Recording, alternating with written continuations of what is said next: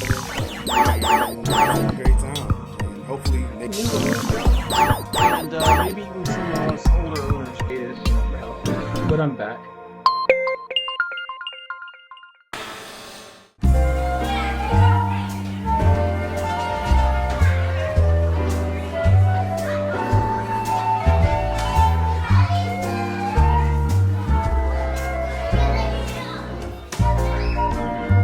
Hello, foos.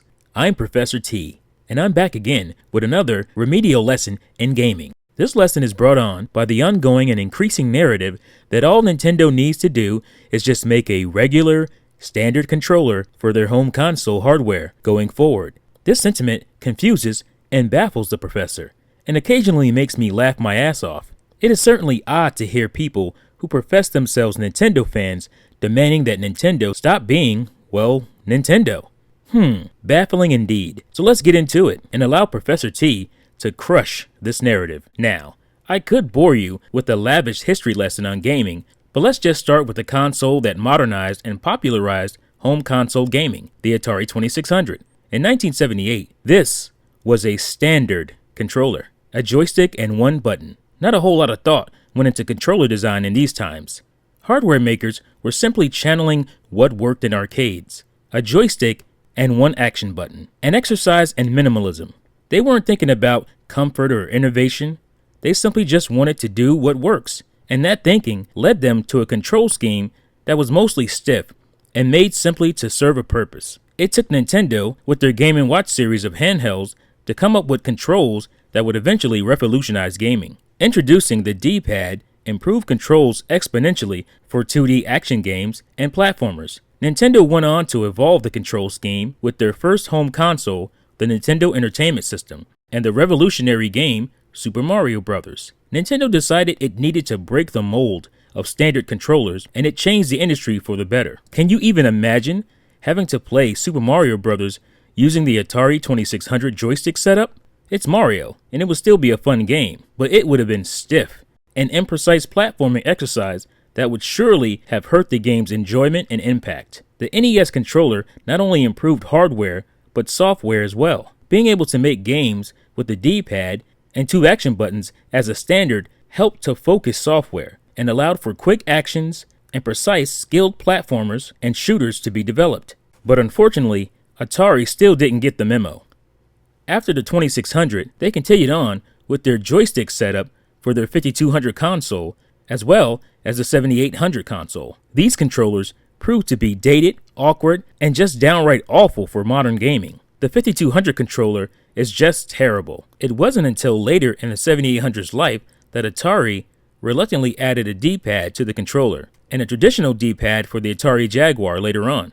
But it was to no avail. Each Atari console after the 2600 failed miserably, partly due to the controllers of these consoles, but ultimately due to the lackluster software, which was lackluster in large part due to the arcade controllers. Sega, on the other hand, did get the memo and created a directional pad for their Master System, and this controller was shaped very much like the NES controller. The Master System was a mild success, but was dwarfed by the overwhelming success and popularity of Nintendo's Entertainment System. So with their Genesis, they perfected the controller's D-pad and simply added one extra action button, going from 2 to 3. And while those slight improvements were good enough for action games, sports titles and racers, and 2D brawlers, it wasn't enough of an advancement for more advanced games, namely combo-heavy fighting games and RPGs. Nintendo wasn't going to simply rest on its laurels for their next controller. They understood a shakeup was necessary to improve not just the hardware, but to also allow more intuitive control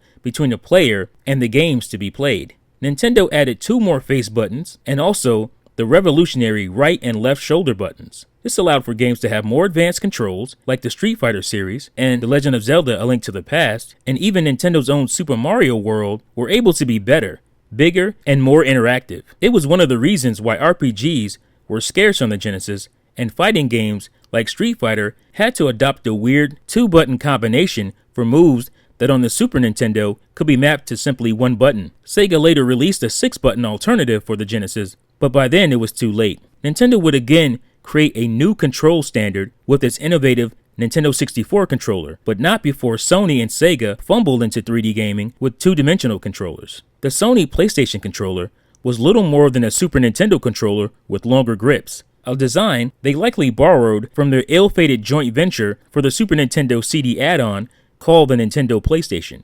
And for Sega, they simply brought their revised 6-button Genesis controller to the new 3D console, the Sega Saturn, but they finally added a left and right shoulder button. But it would be Nintendo who would create the standard controls for 3D gaming. The Nintendo 64 revolutionized 3D gaming with its controller's analog stick, the first of its kind on home consoles.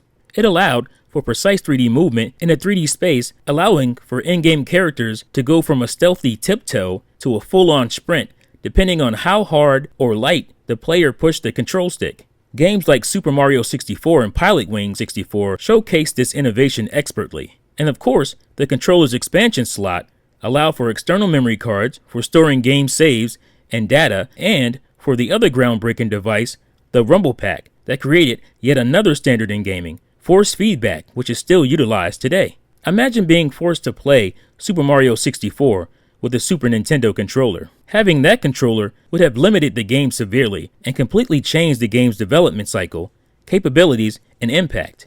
Surely you can understand that. There are those who say Nintendo doesn't need to innovate their controllers to make good games. I ask those people, how much fun would your lives be if you only did what you needed to do? Nintendo's internal need to innovate improves the gaming industry overall. Sega created their 3D controller for the Knights game in 1996, and that controller would prove to be the blueprint for the Sega Dreamcast controller, which in itself was the blueprint for the original Xbox controller. Sony eventually followed suit, adding force feedback and 2 analog sticks to their DualShock controller, a controller designed for Sony that went mostly unchanged for 20 years, until the PlayStation 4.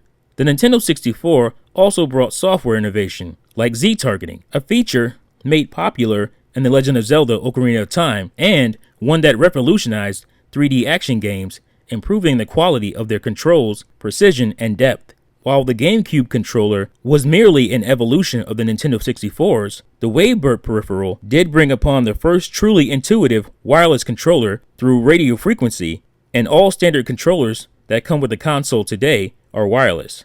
Then, of course, Nintendo brought forth the standard of motion gaming with their revolutionary Wii Remote Controller. This control scheme was met with much contention from self-proclaimed hardcore gamers. It's almost as if hardcore was redefined to mean gamers opposed to change in controls. The belief was that you can't play serious core games with motion controls, as if they somehow cheapen or water down the experience. But games like Metroid Prime 3, Skyward Sword, and even the Call of Duty series on Wii, to some extent, proved that even core games can benefit greatly from motion controls when they are implemented in a non-lazy and non-gimmicky way. Nintendo made motion controls a standard as Microsoft followed suit with the Kinect, and Sony blatantly copied the Wii Remote and Nunchuck with the Move controllers. They even opted to copy the killer app, Wii Sports, with Sports Champions, and Xbox had Kinect Sports. But the fact that they both chose to make sports games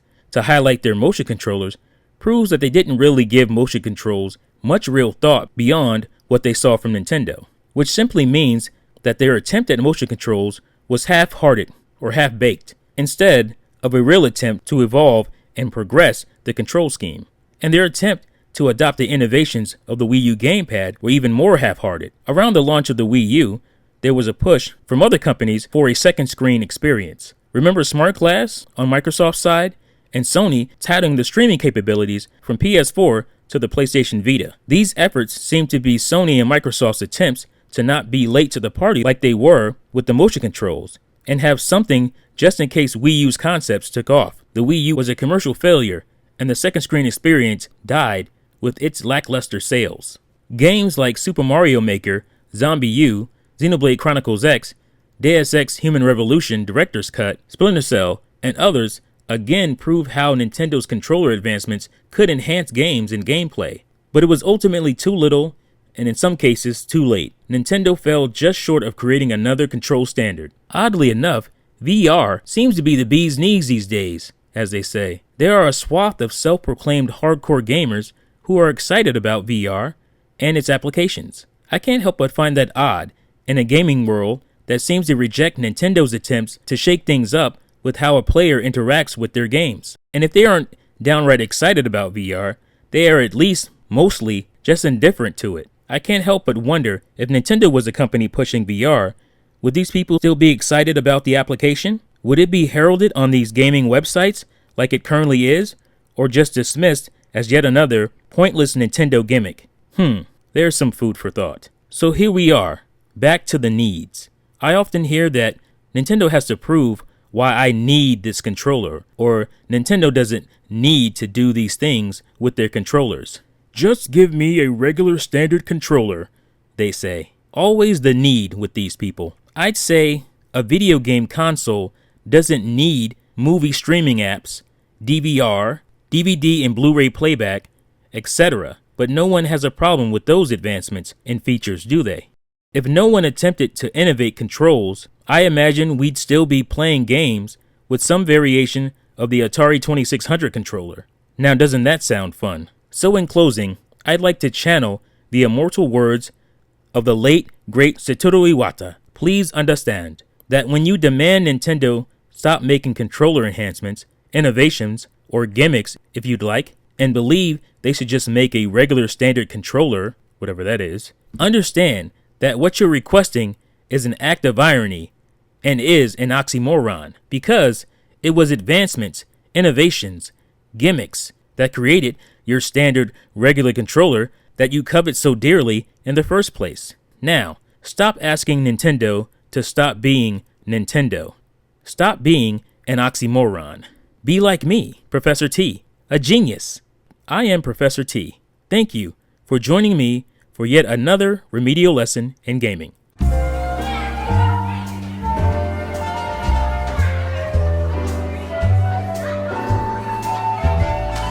Oh yeah, one more thing. Play Nintendo, fools.